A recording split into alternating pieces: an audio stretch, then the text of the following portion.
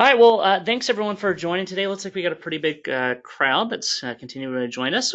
Probably a pretty interesting topic to many of you. It looks like based especially on the poll results that many of you have yet to set up this kind of security model. So maybe there's a lot of interest in how to do so. And so hopefully you came to the right place. We're going to look at a lot of different examples of different ways that you can set up security in Power BI. And we're looking specifically at more data level security. So I tried to make that evident from the description. So we're going to be focused solely on how do I secure the data within inside of my model. So let's get into it a bit here. My name is Devin Knight. If you're not too familiar with myself, I'm the president of training at Pragmatic Works. That just means that I focus on all the things that have to do with training within inside of our organization. So we build different training courses like Azure and Power BI courses, and we offer those to our customers. I'm also a Microsoft Data Platform MVP, so I evangelize a lot of the Microsoft products, and they've recognized me for that. And I've also authored 7 books related to the data platform in some way. So whether it be a Power BI book, which is my most recent, or more SQL Server focused and BI related books in the past. I also participate in a local group out of Jacksonville, Florida. I just tell you that because it tells you where I'm from. I'm from Jacksonville in Florida, and I love spending my time here with my family. I also blog at a website called devinknightsql.com, so you can find a lot of what I write about there. And there's a lot of stuff that I do related to BI, Power BI specifically. So I've done quite a few blogs on video-based blogs on interview questions that you should kind of prepare yourself for if you're going to look for a Power BI job, or maybe perhaps you're actually interviewing for Power BI potential candidates. And I also blog quite a bit on videos about what's the latest updates that have come out with Power BI. All right, you can also find my contact information on the bottom left there with my Twitter and email address. Okay, so real focus, what are we focused on today? We're going to talk, of course, about what is row-level security. So if you haven't really played around with it too much, we want to give you a little bit of context of what it is. We're also then going to walk you through setting up some basic row-level security models, and then we're going to make it dynamic. So how do we then make this scalable when I have hundreds, if not thousands of users that I need to give access to? What are some of the elements that I need to think about, and how do I need to set up my model to be able to potentially handle thousands of users? All right, so let's jump right into it. So what is row-level security? What does it do? Basically what it's going to do for you here is it gives you the ability to restrict rows within inside of your data model to be viewed specifically by individuals that you set. Okay, so if you have, let's say for example, you work within a sales region or a sales data set that you're working with, and you want to make sure that only those sales managers can see the data that's specific to them, then you can set up within inside of your data model the ability to restrict the rows to only allow them to see the rows that are specific to them. So you can actually set that up within inside of your model and make it so that they're only seeing the rows that they're allowed to see or that you want them to see. So what is row level security not? It is not things like sharing reports or dashboards or workspaces or even creating Power BI apps for sharing. So this is not about content sharing. So just want to make sure to differentiate the difference here. This is all around how do I make sure that my data level security is set up and it's not anything related to how do I share a report or a dashboard or a workspace or an app. So a little bit different. One's content sharing, which is not what we're focused on, and what we are focused on, of course, is data sharing. Okay, so how do we set up row level security? Really, regardless of how complex or simple your example is, it's really a two-step process. The first step is in the Power BI desktop, where you're going to create a role. And the role that you're going to create is going to define how the rows within inside of your model should be restricted. Okay, so that's all done for them inside the Power BI desktop. That's the only place you can do that as of today. Not that I know of any changes coming with that, but as of today, the only place you can change security at a row level is going to be inside the Power BI desktop. And then when you actually, your next step after you define what the role is allowed to see, then you deploy that Power BI model to the Power BI service and you assign users or ideally groups to that role. And this is where you actually assign what individuals, again, or preferably groups, are allowed to see the data that you've set up within those roles. Okay, so two-step process. Once in the Power BI desktop, and then second inside the Power BI service where you're actually going to assign users to that role. So for a basic row level security, it's pretty simple. You for from taking this from a basic standpoint, you can hard code what you want to secure is a very basic example of how you can do that. And it looks like I have a little typo here. Let me fix that. The second bullet there's a little off. Oop. Sorry, guys. Go to the right slide here. I noticed a little typo in it. Just want to fix that. So the configuration is pretty simple. You would actually go into your Power BI desktop and you would tell it how do you want to specifically secure your data. So which rows do you want to filter to only be seen by a particular role?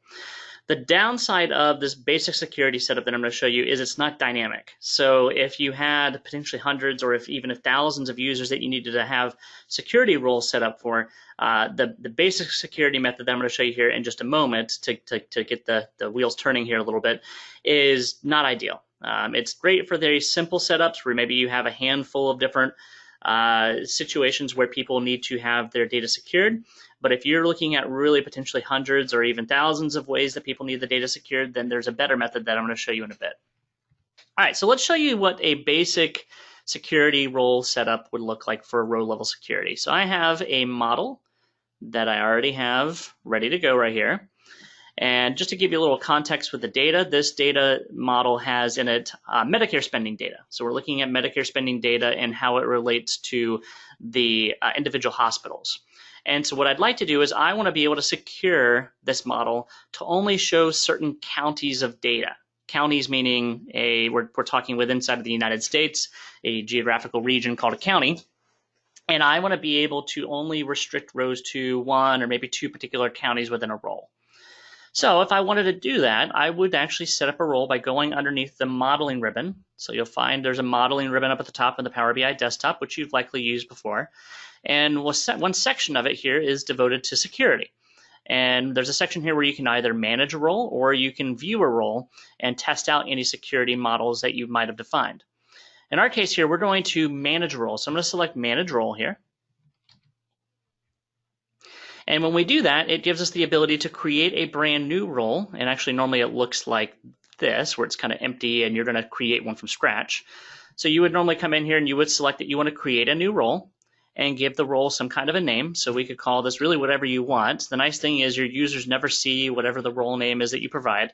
So maybe I tell it that I want to create a role that just secures to the county surrounding my location, which is Jacksonville. And Jacksonville has a county called Duval County that surrounds it. So I can create a role and name it whatever I want. Again, your users are not going to see the role names. Then, once you've created the role, you're going to define what the role is not or is only allowed to see, I should say. So basically what you're going to do with inside of the table section is you're going to select a column with inside of the tables and tell it which one of the columns you want to filter down. And so what's going to happen is we're going to define how we want to filter down this model based on the county in this case. And then we'll start to assign users to this role when we deploy the Power BI service. And those users that are part of this role will only be able to see data that's related to this county. Now, one of the things that becomes really important when it comes to Power BI security is relationships. And we're going to talk about that a little bit more as we go through some of our more complex examples. But the relationships that you have between your tables, which in this case I have two tables here, is going to be critically important to make sure that the security that you set up on, in this case, the hospital table, feeds its way into the Medicare spending table. All right, so I'm going to go ahead and add in a filter to be based off of the county state. And so when I select that, you can see a little filter icon appears here indicating that I have some kind of a filter applied on the hospital table. And by the way, you can have multiple filters here. If I wanted to, I could add another one and say that I want this one to be based on state if I wanted to. So you can kind of choose if you want one or many filters applied within each of the roles that you set up. In this case, I just want to have one filter applied on the county state field, and I want it to be filtered to Duval County. And Duval is Duval, Florida inside my data set, so it looks like that. And it is important that you make sure that you type in whatever the data value is that you're trying to filter on exactly as it appears in your data model, because, of course, spelling does count because it's looking for a particular value in here. And if you type in a value that doesn't exist in your model, then your role of security is not going to work as you would think it would. All right, so I'm going to go ahead and hit save on this, and when I do, it's going to save that into my data model. And the nice thing is you can simply test that and verify that it's going to do what you think it's going to do by going back up to the security section here and selecting View as Role. So if I select View as Role, this allows me to actually test out that Duval County role that we just created a moment ago and verify that it's going to filter down the data as I think it should. So if I select Duval County and hit OK, you'll notice that it now selects and only displays data within inside of that one county, that's Duval County, Florida. And I can see the hospitals that are specific to that region. I can see the claim type spending by that region. And you can see in the top left where I had a slicer, it's only showing the one county that I have that's available to me. Okay, now up in the top here, you can see that it's telling me that it's now viewing this data set as Duval County role. This is just indicating here that you're testing it as this security role that you created. Anytime you hit the stop viewing, it'll just revert back to what it was like before.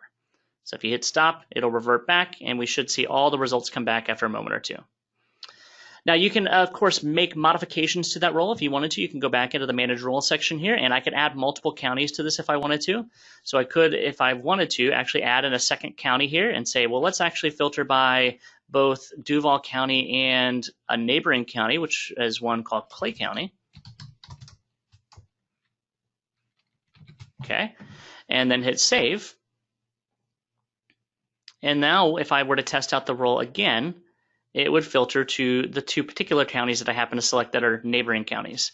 So after I give this a moment or two, we should see it zoom in and only focus in on the one area that I did. And actually, one issue that I have in this case is I should have done an OR. So what I did by default is it said that I wanted to filter to Duval County and Clay County. Well, I don't have any rows that are both of those values. And so it actually caused a little bit of an issue here because I did an AND operator there instead of an OR operator. To fix that, it's pretty simple to do. I would go back up to Manage Roles here. And underneath here, this is my AND operator, and I could flip this from saying AND to OR just by simply doing double pipes. That's an OR operator here in DAX. You're writing little DAX expressions here to be able to set up your security model. And here, using an OR operator, that should function as we would anticipate here. There we go. So now, again, viewing it as the Duval County role, I can see both the Duval County and Clay County now appear, and it did add at least one extra hospital to my chart on the bottom. Okay. All right, good deal. I do see a question in here. Is it possible to set up column level security? You can do that in tabular models. Tabular models are kind of like the enterprise version of the Power BI data model. It's not quite as simple to do that with inside of the Power BI data model. So let me explain the answer to that question a bit. When you go to the Manage Roles section, so the question is there a way where I could basically make it so that someone could not see an entire column? And it's not that simple, unfortunately. If you wanted to do something like that, I would definitely suggest looking at tabular models where that is possible. What you can do with inside of your Power BI data model is you could hide an entire table. So they have the option here where you can tell it that you want to hide all rows, and what it does whenever you select that option, let me zoom in on that so make sure you see that. If I tell it that I want to add a filter to hide all rows, then it would actually hide the entire table. So it would make it so that no one could get to anything within inside the table. It's a great question because you may have circumstances where there's payroll information in one column that you don't necessarily want to be available in others. So what you could do is you could set up where you could hide, in this case, an entire table. And all it does whenever you select that is it replaces the table filter here to just say false, which means that that table should not be available to any users that are part of this role. So what you might do is you put more specific information within inside of a table. You might be more granular with your table design. Now, when it comes to tabular models, if any of you are working through tabular models right now, tabular models do allow for specific column level security. And essentially what it would be is you would actually say, rather than just saying false at the entire table level, you do have the option where you can tell it at a column level that you want it to return back this column as false. And if you do that, this does not work in Power BI, by the way. So what I'm trying to do right now, it's actually not going to work once I actually go into it here. You'll notice that everything in my report kind of fades out here because that's something that you can do in tabular models, but it's not quite there in Power BI currently. So just keep that in mind. Column level security is not, individual columns is not a security model that's set up with inside Power BI. You can do entire tables though. Okay, so let's say that we've created our role that we had a moment ago. Let's add the one that we had just a few moments ago back in here. And let's go back in, and I'm going to put Duval County back in. And let's say that we had more than one security role set up. So for example, right now I have one set up for Duval County that's a lower level than a state, but I want to add in one here for a state as well. So I can add in multiple roles here, and I can have my second one that I'm going to design to be a Florida state role. Okay. And if I'm going to do it at the state level, then I'm likely going to have this role set up so that it filters on the state column. So I can actually go into Add Column, select State, and then I can tell it that I want to filter this down to just the state of Florida. So I can type in Florida here. Now, when I do that and hit Save, it's going to provide two roles that are available to my users, and they can choose from the different roles that are inside of my model if they go back over to the View as Roles option. And you can test both of these roles at the same time if you wanted to, but you should note that one of the roles obviously is at a higher granularity. My one that is set up as at the state level is going to take precedence over my Duval County one. So if you have a user that's assigned to multiple roles, which you can do, then it's going to make it so that you only see the one that has the higher granularity. Okay, so kind of keep that in mind. All right, cool. So this is kind of a simple example. The last step that we would do on this simple example is I would take what we have here and actually deploy this to the Power BI service. So I would take this, I would publish this to the Power BI service. You'll find that underneath the home ribbon, and you'll select publish right here. And I have some folks asking if I'm going to show dynamic security. Absolutely. I want to make sure I get the basics first because there's a lot of people that haven't done this before. So I'm going to go ahead and deploy this off to the Power BI service. And I have a workspace that I've created specifically for this called Security Webinar. All right, so I'm going to publish this off to the Power BI service. And the reason I'm doing this is the last step to make sure that I can actually assign users to that role. So once that completes, and it's done now, I should be able to go over to the Power BI service and actually start to look at the data set that we deployed. So I have a few other ones that I've already deployed in here. I'm actually going to delete those because we're going to redeploy them out a bit later. But the one there called Basic Security Example number 1, we're going to look at this one first. And what I'd like to do with this is we're going to actually set up and assign users to that data set by simply selecting on the workspace. There's an option here where we can choose that we want to apply security, and that's basically mapping users to that role. If you go underneath the More Options section here, you'll see there's a section here for security. And if I select that, this will show the two roles that we've created earlier, and then I can assign users, or again, like I mentioned earlier, ideally groups to that role. So if I wanted to assign a group I have called trainers, I could assign my trainers group to that role and select Add and Save. And now anyone that's part of my group called trainers is now going to have access to the data that's part of the Duval County role. Inside the Power BI service, you can also test the security here as well. If you click the little ellipses here and hit Test as Role, this allows you to actually test inside the Power BI service as the Duval County role, or it allows you to actually set up a specific user that you want to test as. So for example, if I wanted to, I could test as somebody that's inside of that role, which would be maybe Manuel. I could try as him. And if I select and type in his name, it's going to show me what he is allowed to see here. Okay, so you have kind of the ability, a nice ability within there to actually be able to not only assign users, but then be able to test as that user to verify that they can see what you think they're supposed to see. Okay. All right, so I had a question here is where are the groups defined? So this is actually tapping into my Azure Active Directory. So you could either just simply type in specific email addresses for users, or if you have Azure Active Directory configured here, you can easily be able to tap into those groups that's already been assigned here. Okay. All right, great. So here's what we're going to do next. Our next step then is to start talking about dynamic security. One thing I realized as I was doing this is I have a few things here left over from just planning out the webinar. So I'm going to delete a few of these items before we go on to our next example where we start to talk about more dynamic security. And we'll flip back over to the slides now. Okay.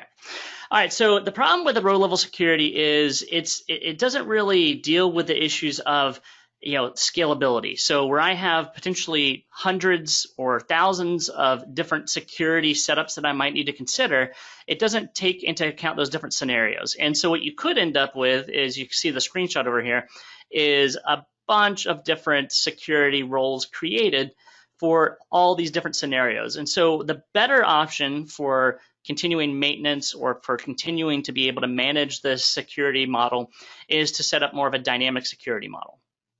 Okay, so how does this work? So with dynamic security, it's going to actually, within Power BI, capture the login of the user that's signed in to cross-check their account, their email account, across your data model. So you would actually need to have within inside of your data model the email address of the user that you want to verify what rows they're allowed to see. And so it's going to check the permissions against the table that you have in the data model and match the user's login to what rows are acceptable for them to be able to see. It does require a little bit of DAX to do this. There is 2 functions that you could use. The one that's primarily recommended is this one here called user principal name. So you'll see there's 2 functions that you could choose from, username and user principal name. Go with the user principal name. There are a few things where the username was the function that came out first, but user principal name was kind of improved upon, where it actually works in many more scenarios than username will, and it's better for debugging as well. So we're going to walk you through how you can actually set up a model that uses and follows this more dynamic setup here. All right, so let's actually walk through a different example here in this case. I'm going to close out this one that we started off with and open up a second example here. And this one's still going to be kind of a basic example because I want to work our way up to a more complex one. But as I launch open this second example, we're going to actually reference a table that I have, still looking at the Medicare spending data, but I'm going to have in this scenario attached to each hospital a doctor's email address that I'm going to allow to view the certain rows that I have inside my data set. So just to kind of give you a little peek at what this looks like, if we go to our data view here, within inside of our data view, I have a column called doctor email and doctor name. And the rows that are within inside of my hospital table have the doctor that should be allowed to see information about this hospital. Now, this is a very basic example. We're going to show a more complex example where you could have multiple doctors assigned to one hospital. So we're going to get to that. But for this basic setup, I need to have something in here that ties into their email account. This is the same account that's going to be tapped into within Power BI. Okay.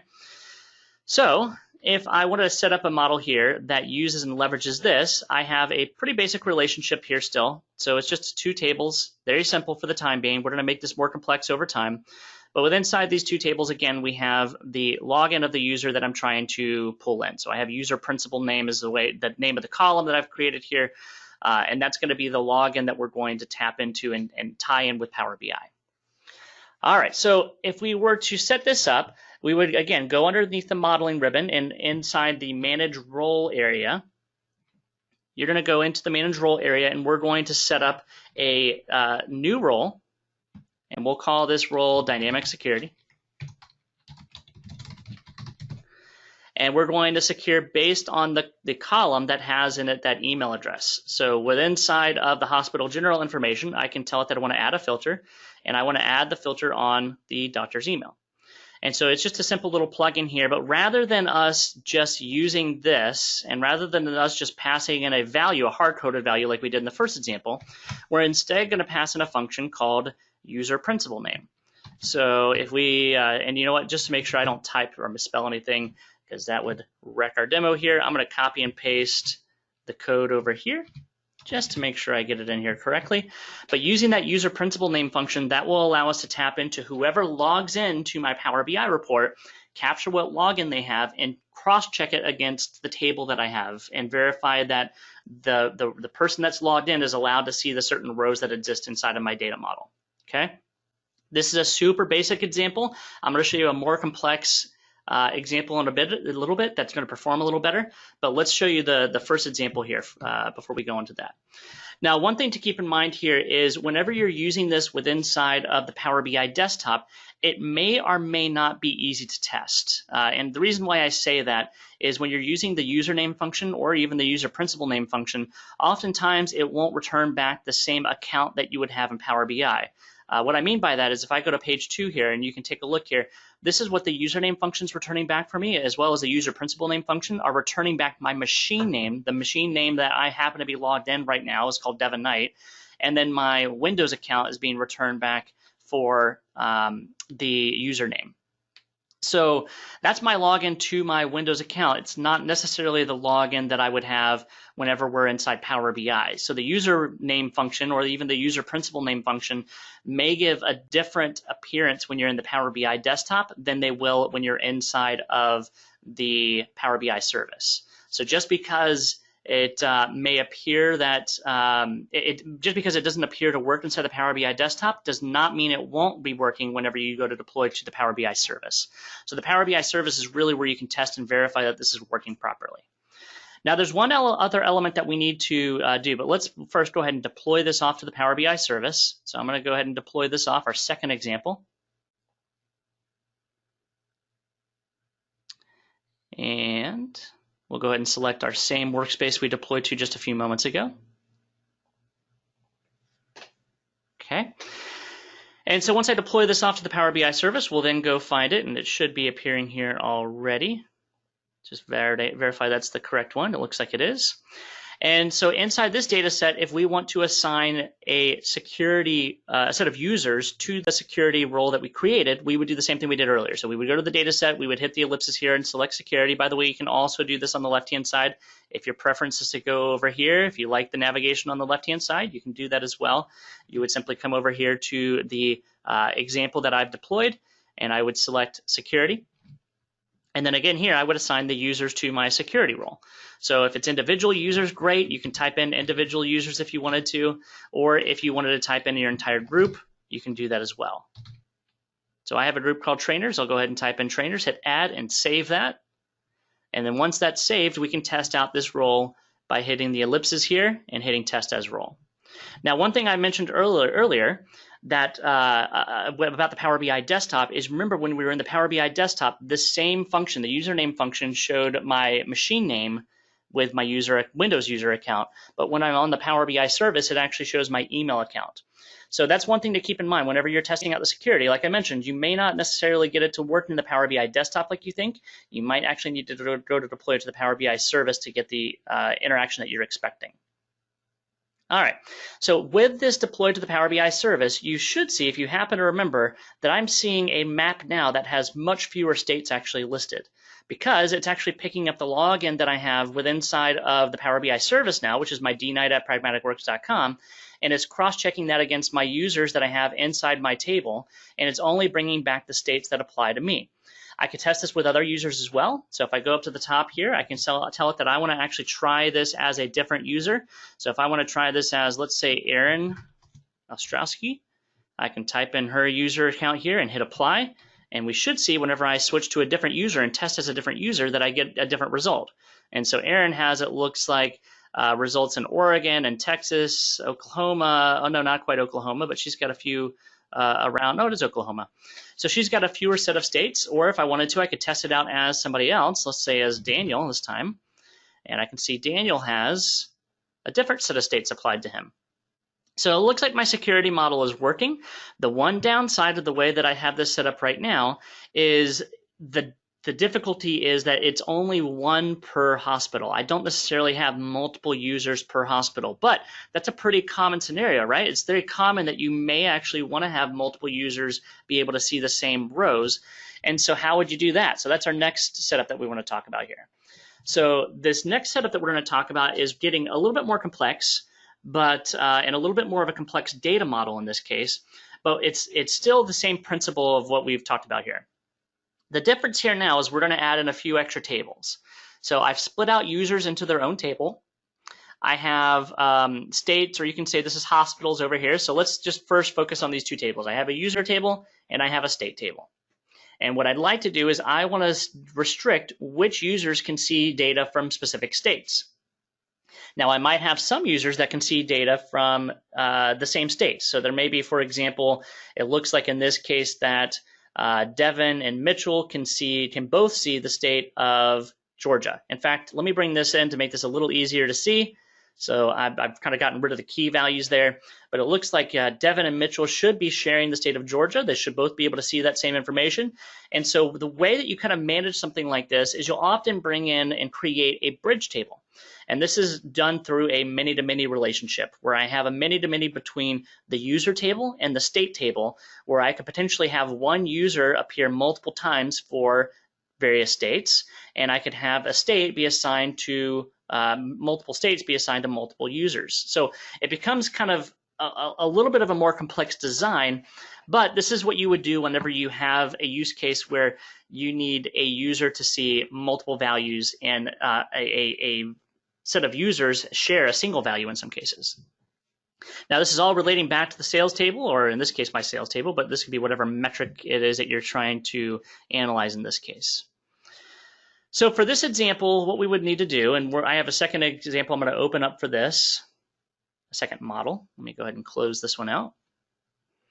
But in this scenario, I'm going to show you what my model looks like first. It's still the same data set. We're still looking at Medicare spending data, but I want to walk you through in this scenario what the data model actually looks like before we go too deep, because that's really the more difficult part here. Is you're going to have to do a little bit of extra legwork on the data modeling side to be able to get this to be set up and work.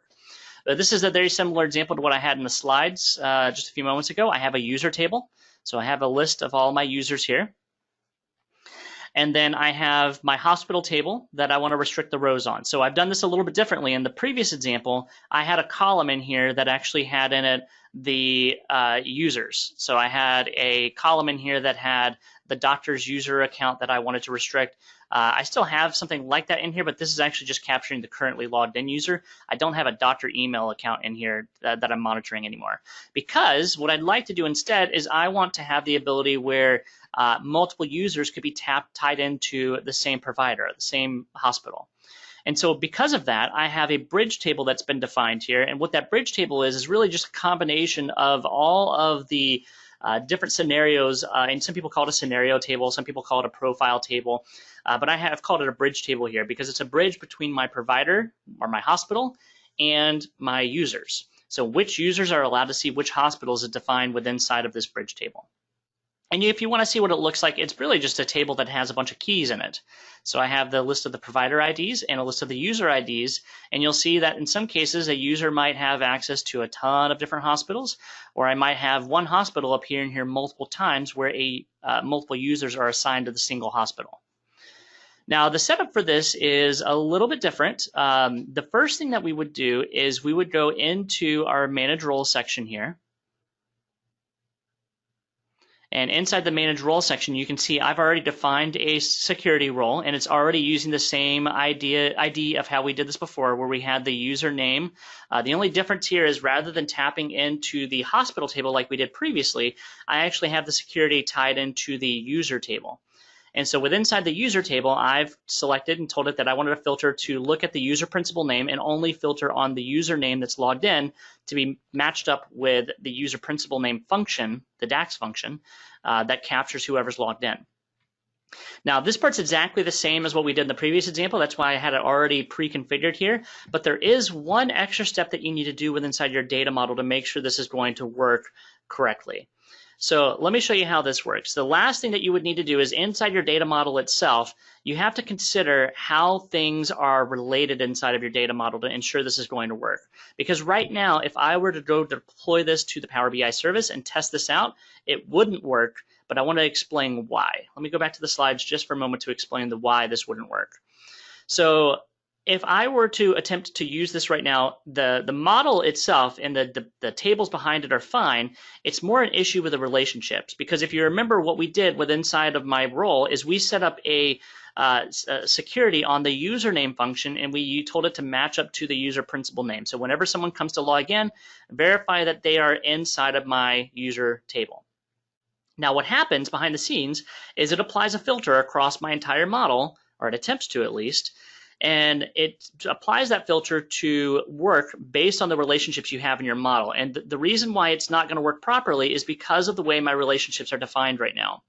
Right now I have single relationships. These little arrows that you see right now are pointing in the direction where filters can be applied. And so I can filter from my user table, I can filter my bridge table, but I don't have a filter that's going the direction of my hospital table. So it's never going to make it past this zone right here, so past this relationship. So there's a couple ways you can fix this. One way is you can actually change the relationship type to a more of a bidirectional deployment, or both cross-directional deployment, which has some benefits and disadvantages. So if you've played around with some of these security models before, there's definitely some disadvantages from a performance standpoint, but it would allow my security model to work. So let's walk through that, and then I'm going to show you the alternative that actually performs better after that. All right, so the change that I would need to make inside of my relationship view here is on this relationship. So again, the problem here is follow the arrows. And right now, the way I have this set up is the security is set up on the username function right here. And because of the way that the relationships are set up, it's going to push that filter into the user bridge table, but the user bridge table isn't allowing any filters to go past it. So to modify the relationship, you would go into the relationship here, just double click on it or right click and select edit. And then you'll see there's a cross filter direction option here that you can change, and you can make it a both direction filter option. And you not only need to turn this on, but you also need to select this option here where it says apply security filter in both directions, which means it can pass my security over into the other part of the model as well. So I would check that on. Then I'd hit OK. Now, when you do that, you'll notice that it does change the way your relationship looks. This is what a relationship setup as both looks like. And again, if you follow the logic that I showed you earlier, if you follow those arrows, it would now allow my filter to pass from my user table all the way over to my hospital table like I need it to. Okay? So with that turned on, let's redeploy, or let's deploy this example. I'll save it and publish this. And then I got a couple more examples here with the last few minutes that we have. Ones that get even more complex, and ones that deal with some of the performance problems that happen here. Because one of the downsides of this example that I'm showing you right now is while it does work and it allows me to make this much more dynamic where I could have multiple users assigned to a single hospital, the downside is you may experience some performance problems with it. And it tends to come down to that relationship type that we just set up. This relationship type, while it is super effective, it can hurt performance significantly in some cases. I have a pretty small model here, so we're not going to see a drastic performance difference here. But just note when you're dealing with larger models that could be a problem. So if I go back over to Power BI, and we're going to look at my new model that we just deployed. So I should have one here called number 3, many-to-many dynamic example. I'm going to go ahead and set up my security on this like we did our previous examples. So I'm going to set up my user group, my AD group called trainers, and hit apply and save. And then with that saved, I'm going to test out the security role. Because what it'll allow me to do, and what we should see, is that I should now have multiple users assigned to the same states. In the last example we looked at, we would not have multiple users assigned to the same state. But in this case, I should see that different in this case, where I actually have more than one user assigned to the same state here. So to test that out, currently we're looking at as if I were logged in. You can verify that because you can see this is my login right here, and this is the rows that I'm allowed to see whenever I'm logged in. So let's see, though, if I were to switch to a different user, if any of those same states pop up again.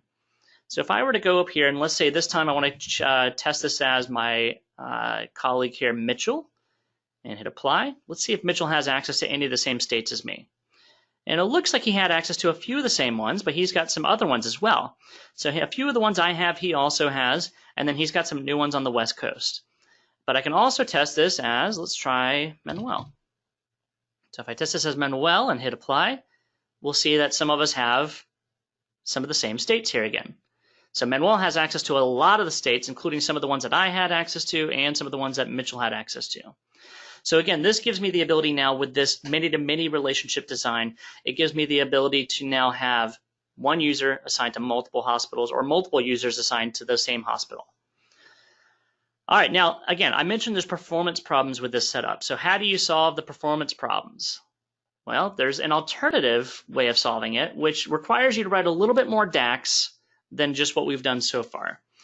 So again, using the both option that we found underneath the cross filter direction can hurt performance. And so what we can do instead is we can actually use this filter function within inside filter, or in this case, I'm using the lookup value DAX function within inside of my security model you see in the screenshot here. But it's going to do a quick lookup and verify, do rows exist in that bridge table between these two security tables that I have, or the security table I have, the user table, and the user bridge function.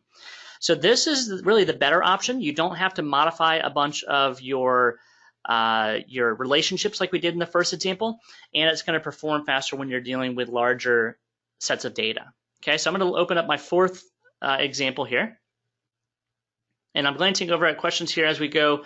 I see a question here, can you implement row-level security on on-premise servers? So if you're using the Power BI report server, you most certainly can do that as well.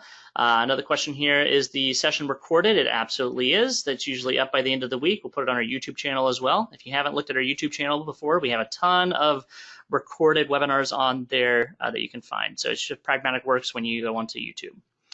All right, so let me show you this final, actually this is not quite our final example, but our next example. In this example, this goes back to the same data model we had before, but you'll notice I'm not using the both directional cross-filter relationship that we saw in the previous example. That's what made our security model work in the last example, but we noted that whenever we switch this to both, it does cause performance problems. So if I switch this to both, it's going to cause performance problems. So to avoid that, there is something that we can do within inside of DAX to basically go through that relationship without actually having to use it. And there's a couple different ways you can write it, just like any kind of code language. There's several different ways you can accomplish the same thing. You could use a filter function. You could use lookup values. I think there's even another way you can do it. But in my case here, what I'm going to do is I'm going to go to the modeling ribbon, and we're going to launch the roles. And we're going to create another new role. We'll go ahead and name this Dynamic Security again.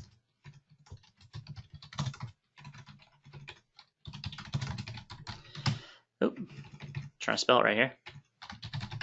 And then what we're going to do is we're going to apply this on the hospital table rather than the user table. So we're applying the security role at a different level, and then our DAX statement is going to actually help it hop through the relationships that we have.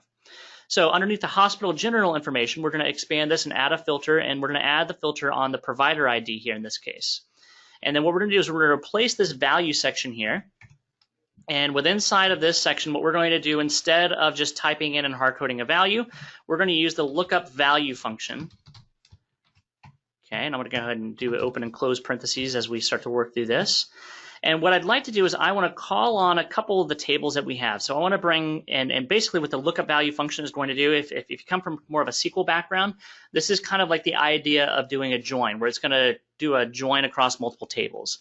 But the first thing that you do with a lookup value function is tell it what value you want to return back. And in our case, we want to return back the value that's inside of our bridge table for the provider ID, because we only want to return back the results where the provider ID is in the bridge table for a particular user. So what we're going to do is from the provider user bridge table, and unfortunately there's no IntelliSense in here, so what some people will actually do is they'll write this as a measure inside their Power BI model and then copy and paste out the code, because the IntelliSense will help them write a lot of this. So I could easily make a mistake here. If I do, I'll copy and paste in the code I have on the side here. But we want to go look up and bring back a value from the provider user bridge table, and the value that we want to bring back is the provider ID.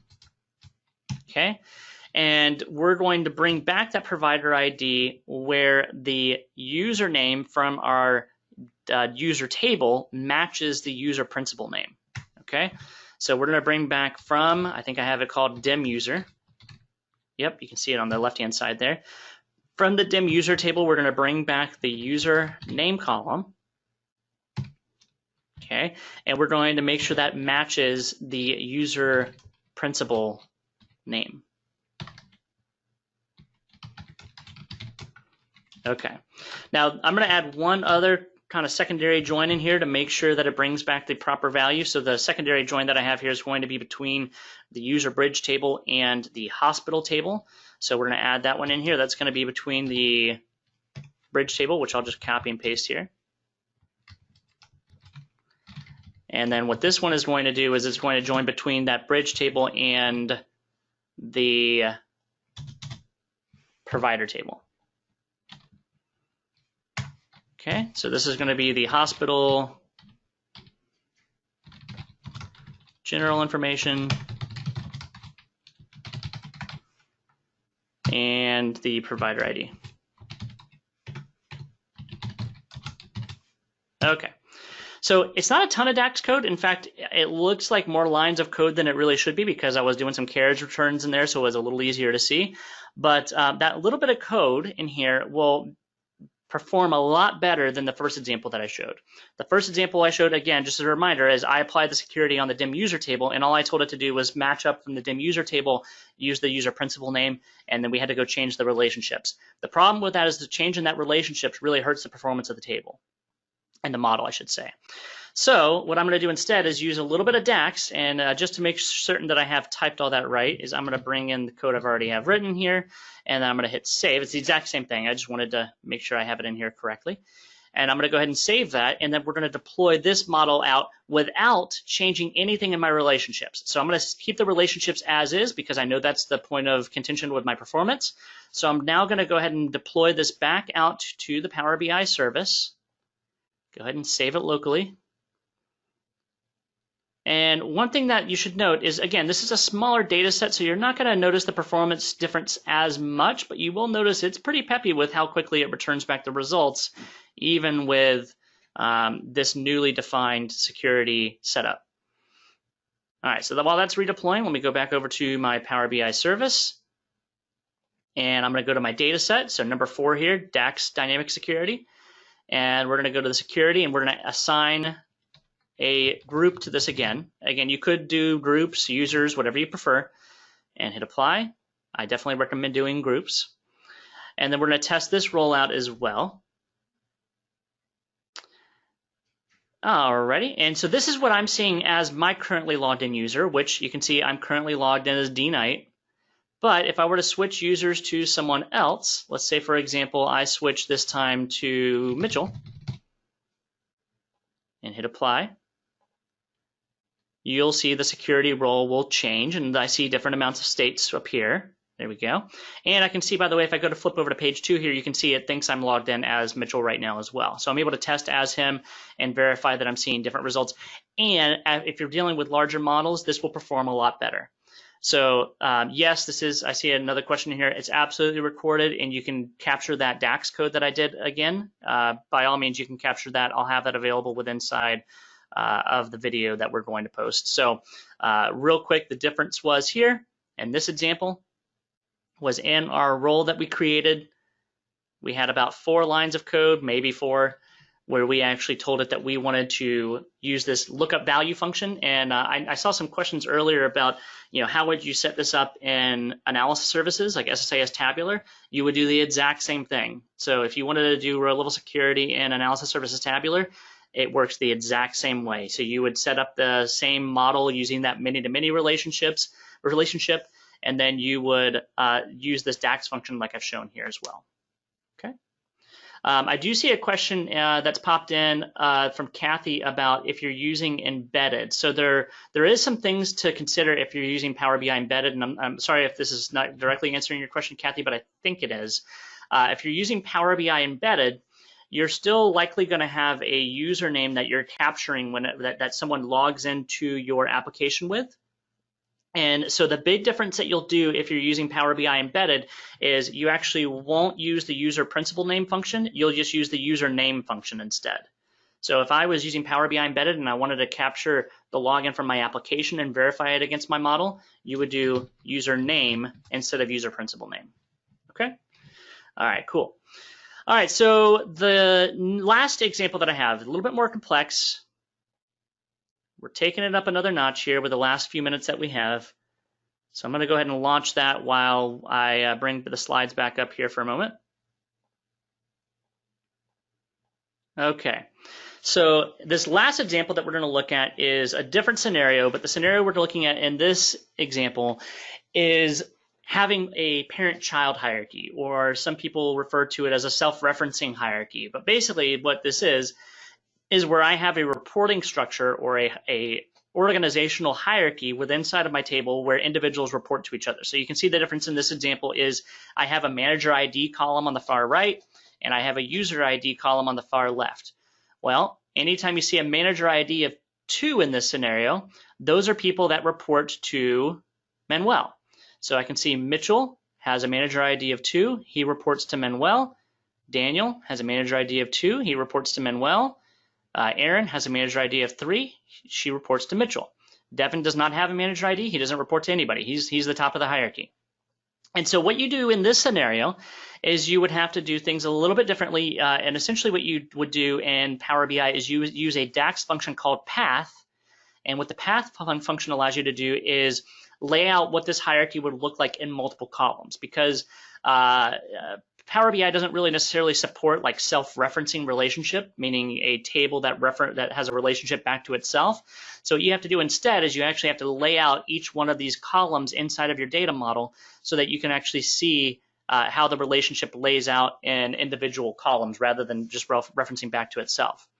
And then what we're going to do next is inside of our security model, we're going to use an OR function to be able to say, is it part of this level of the hierarchy? Is it part of this level of the hierarchy? Because Devin, who is at the top of the hierarchy, he should see everyone's results. Manuel, who's pretty high up in the hierarchy, should see the bottom 3 people's results. And then Aaron should only see her results, but she can also, but Mitchell can see his own and Aaron's. So let's walk through this example. It's a little bit different, but it's an interesting one. So again, here's what my data looks like right here. So here's my model. And actually, I've changed it up a little bit now. Manuel is the top of my hierarchy, so I changed it up a little bit for this example. But what I would need to do is I would need to write a few DAX functions to kind of lay things out. And we're going to start with a function called path. And what the path function allows you to do is basically get the ordinal breakdown of how all of these values should be laid out. So to do this, we're going to create a new column, a new calculated column in DAX. And what this column is going to do is it's going to return back. And because we're running short on time here, I'm going to copy and paste in some code. But what this is going to do is it's going to return back the org hierarchy of how things should be laid out. And so it's going to create a new column here that kind of identifies the hierarchy. So who reports to who in the hierarchy is displayed here. Okay. So then what you can do with this, and this is a pretty common function. If you ever have a self-referencing relationship, this is a common use case of how do you actually deal with it, is you start by laying out the path, and then you start to create additional columns for each of the levels of your hierarchy.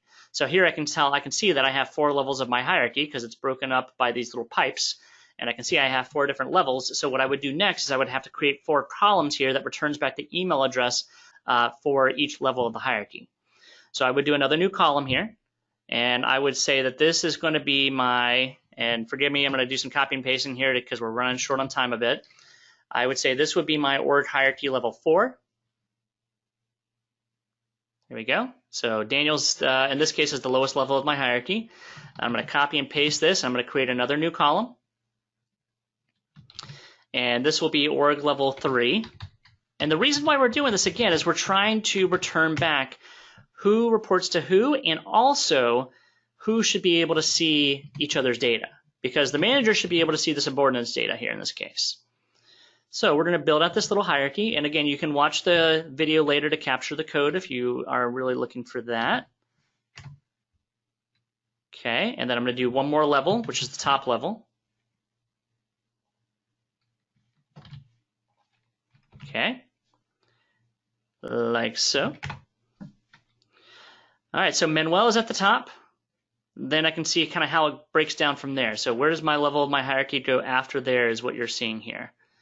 All right, so now let's go. Oh, I hit refresh. Didn't mean to do that. So our next step, while that refresh is occurring, my next step is that I want to now go into the security section, and we're going to apply something similar to what we did in our example 2 times ago, where we had a pretty basic, just return back the user principal name. We're going to keep this one kind of basic. You can definitely make it more complex if you wanted to here if you need, if you'd like. All right, so I'm going to go into modeling and select manage roles again. And this role that we're going to create, we'll call this dynamic security again. And you could name it something like dynamic hierarchy security. But what we're going to do is we're going to place within side of back over to our user table. We're going to select the username. Yep. And for our username function, we're basically going to check and validate is the username captured here within side of the hierarchy. And so I have a function that I've already kind of written for this. It's basically a bunch of checks against the different columns that we have. So we're going to check the username column to see if the user principal name matches the just individual that happens to be logged in. So this would be at the level of the individual user. And then I'm going to check every other level of the hierarchy to see if the user logged in should have access to additional data if they happen to be the manager of somebody else. So if I hit save on that and publish this back out, we'll take a look at how this one would work now. So let's go back down to security webinar. And as that deploys out, I'll go back over to it in my workspace. There it is. I'm going to assign an AD group to this. So one thing that's kind of interesting about this, I did see a few questions about the AD group stuff here. In theory, you could put everybody here.